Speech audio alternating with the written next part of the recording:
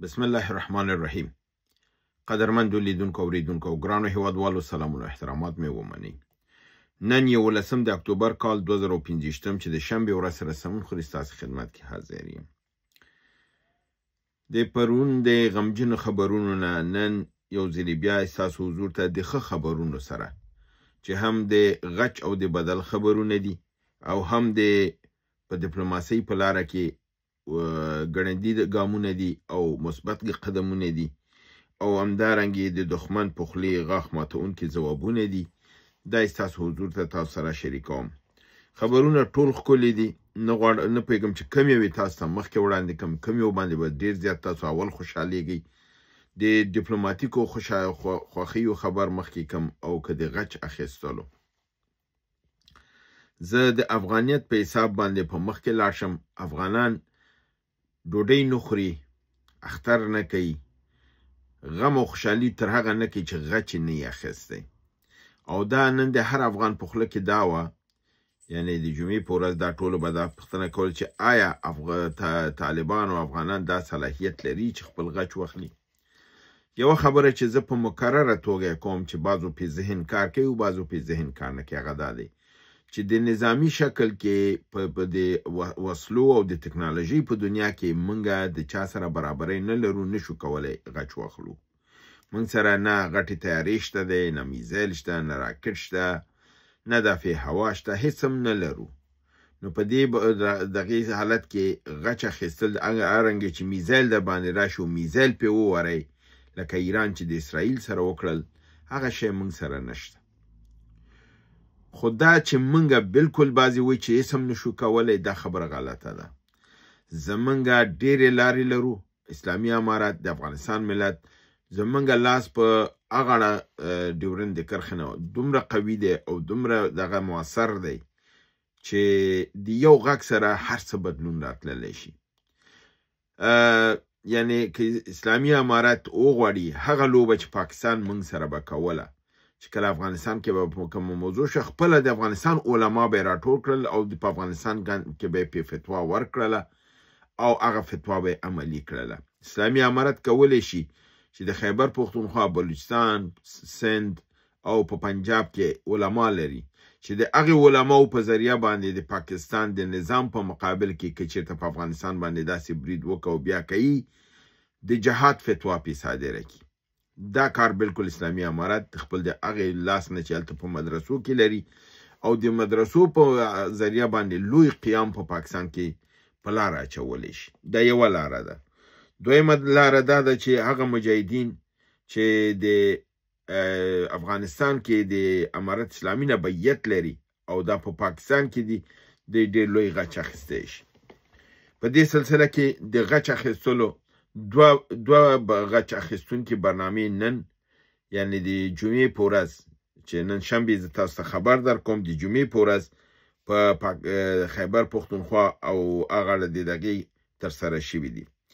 یو غچ په خیبر ولایت تیرا ولسوالۍ د حیدر کنډه او کنډک کې ترسره شو چې د برید مسؤلیت د ټي ټي پي اړوند اتحاد المجاهدین په غاړه واخیسته او دا د کابل د برید په ځواب کې وشو.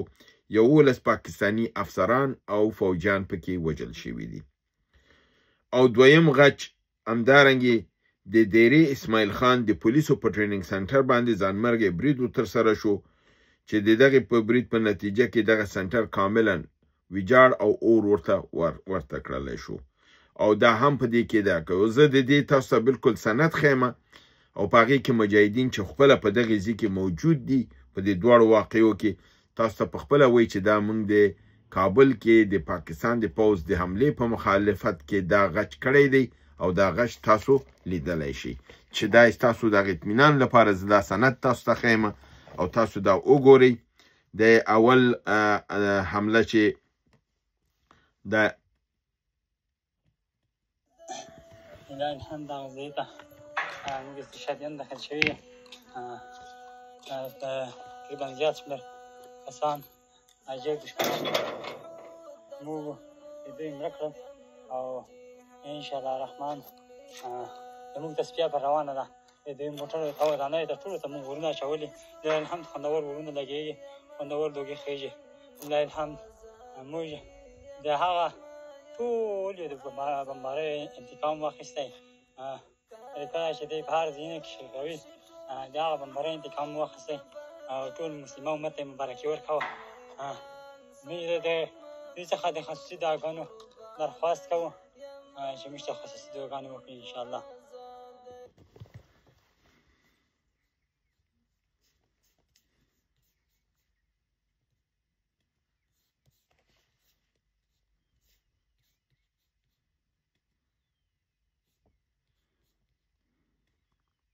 لله الحمد. په دغه ځای باندې او دا هم د دیرې اسماعیل خان کې د پولیس ټریننګ سنټر ته لله الحمد چې اور ورکړل شوی تصفیه کړې په خوندوره طریقې سره.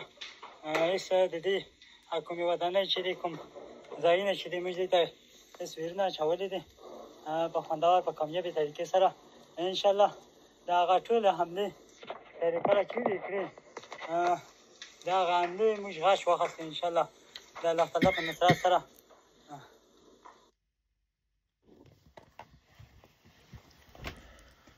دا تاسو ولیدل چې په خیبر ولایت کې د تیرا ولسوالۍ په حیدر کنډو کې هم کنډو کنډک کې مجاهدینو عملیات کړي دي او همدارنګه د دیرې اسماعیل خان د پولیسو ټریننګ سنټر باندې او په ښکاره توګه مجاهدین دا وایي چې دا موږ د کابل د حملې په غچ کې کړي دي او په دې کې هم دوی ته کافي خساره او تلفات رسېدلي.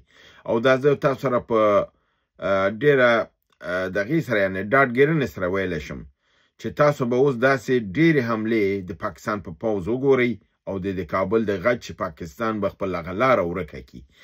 دا خو اسانه ده کابل باندې حمله کول، مګر دا به په تاریخ کې یاد لرئ چې چا په کابل باندې حمله کړې ده یا بمبار دې کړی، که انګلیسو که روسو که امریکا وه او که د پاکستان دی، هغه بیرته افغانستان نه روغ نه دی وتی، ملا یې ماته وتی دی.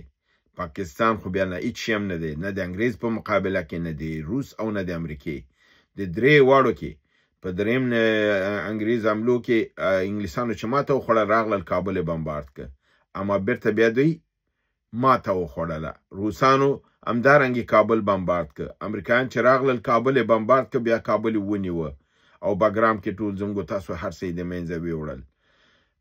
کله چې وتلم د وتلو نه مخکې کابل کې امریکایانو یو اخري بمبارد وکړ چې بیا خپل نفر یې پکې وهلی و چې ویلي دا القاعده دی، هغه القاعده نه و، هغه د خپل تجارو.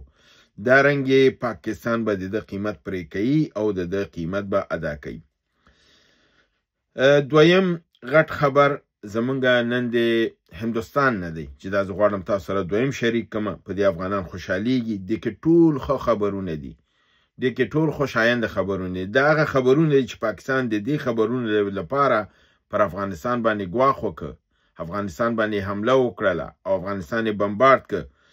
او بل دا دی چې دغه بمبارد چې دوی وکړ دغه بمبارد چې دوی وکړ او دوی ویل چې نورولي محسود پکې موږ وژلی، د هغې ملګری خالد محسود هم وژلی، سیف الله محسود هم وژلی او 30 تنه نور په دې کې د همدغسې ډلې.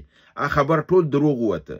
نن د ولي محسود پیغام راغی چې هغه په دیرې اسماعیل خان کې دی او تاسو وکړئ چې دیرې اسماعیل خان کې عملیات وشول. نو بنان د پاکستان چې کوم عملیات په کوم بهانه کړي و هغه ورته څپېړی په مخ لګېدلې ده او دا واضح شوله چې دا عملیات دروغ و، صرف د لپاره چې د هندوستان ته ولې تاسو تللی یاستئ دا کار یې کړی و.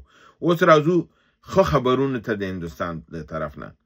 د هندوستان وزیر خارجه د افغانستان د وزیر خارجه متقي سره په خبرو کې دا پخلی وکړل. اول هندوستان خپل تخنیکی هغه ګروپ یا میشن چې په کابل کې درلوده دا اپګریډ که او ویل چې دا به فول دغه سټیټس اف د امباسي ته ځي. فول سټیټس اف امباسي معنی دا ده چې سفیر به مقرریږي او سفیر چې کله مقرریږي معنی څه ده چې په رسمیت به پیژندل کیږي. سفیر تر هغه یو مملکت ته نشي لیږل کېدلی چې د سفارت په رسمیت پیژندلو مسله نه وي. نو چې دی فول سټیټس اف امباسي خبره وکړله، زه د ده لپاره د جمله استعمالوم چې دا د خپله جي شنکر جمله ده چې فول امباسي سټیټس. فول امباسي سټیټس دا معنا دا ده چې سفیر به راځي. سفیر راځي یعنی هندوستان افغانستان په رسمیت پیژني. دا یو ډېر غټ ټوپک دی چې د پاکستان په سینه لګیږي، ځکه خو هغه په موته حمله کوي. دویم وعده چې وکړله ویلې چې د زلزله ځپلو لپاره چې کوم یو ولایت کې زلزلې شوي دي، کونړ، نورستان، ننګرهار کې، هغوی خلکو لپاره به د کورونو آبادولو کې او بیا هغه مهاجرین چې د پاکستان نه او د ایران نه ایستل کیږي د هغوی لپاره د کورونو آبادولو کې به هندوستان کاملا د افغانستان سره مرسته وکړي. د یو بل ډز او ټوپک دی چې د پاکستان په سینه لګیږي لپاره دی چې دوی هندوستان نه خوښوي او هندوستان به په کونړ کې د به افراد راځي، هلته به آبادي کوي، نورستان کې به آبادي کوي، ننګرهار کې به آبادي کوي. او تاسو معلومه ده چې د دې امنیت نیولو لپاره نه تنها چې داخلي امنیتي ځواک به هلته موجود وي، دې کې به خپله د هندوستان امنیت او سکیورټي به هم داخلي تر څو دې کسان هلته په امن کې اوسي. دا دویم دغه.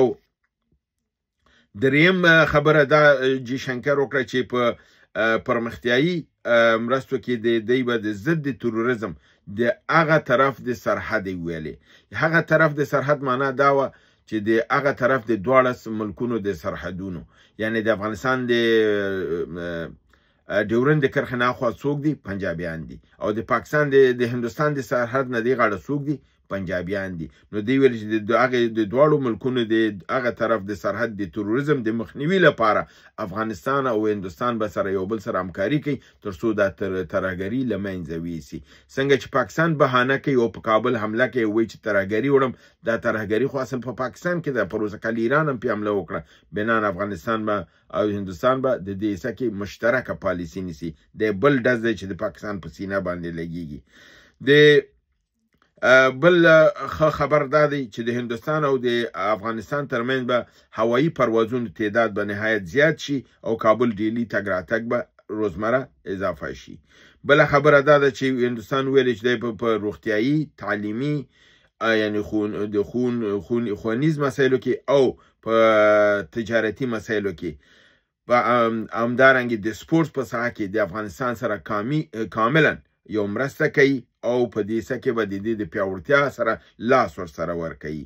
بل خبره شپږمه خبره دا ده چې د افغانستان بالخصوص کابل د اوبو ستونزه او د افغانستان په ټولو کې د اوبو د ستونزې د حل لپاره به هندوستان په افغانستان کې کار کوي چې دا د اوبو ستونزه حل شي. یعنی د لپاره هغه لارې چارې د اوبو پاکول، تصفیه د اوبو، انتقال د اوبو، پایپ دواني، دا ټول لویه پروژه ده چې دا ډیره لویه خبر ده چې د افغانستان د اوبو د سکاک د دې مسله کې به هندوستان مرسته کوي. وم خبره دا ده چې پخواني نامکملې پروژې به تکمیلیږي او 6 نوې پروژې به په افغانستان کې د هندوستان د خوا نه پلي کیږي او د دې اعلان به کیږي. په اتم د خبر دا و چې په روغتیایي برخو کې به د MRI هغه ماشینونه چې ډیر زیات قیمتي دي، CT سکین ماشینونه، واکسینایزیشن او د معتادو یعنی د روږدو خلکو هغه د رغونې لپاره د مرستې مرکزونو د هغې د کومک به کوي. په نهمه دغه کې لیکلي دي چې ویل چې 20 امبولانسونه د افغانستان د روغتیایي دغې سره به کومک کوي او په دې کې 15 دانې تحفه هماغه وخت کې امیر خان متقي ته وړاندې کړل او چابیان یې ورته لاس کې ورکړلې. او لسم دا دی چې د افغانستان غذایی کمښت یعنی د غنمو کمښت دی چې موږ اکثرا پاکستان ته محتاج یو، کله پنجاب راکوي او کله نه راکوي او چې راکوي هم ګنده راکوي. دی ویل چې دې مرستې ته به موږ دوام ورکوو، موږ به داسې ضرورت د افغانستان رفع کوو.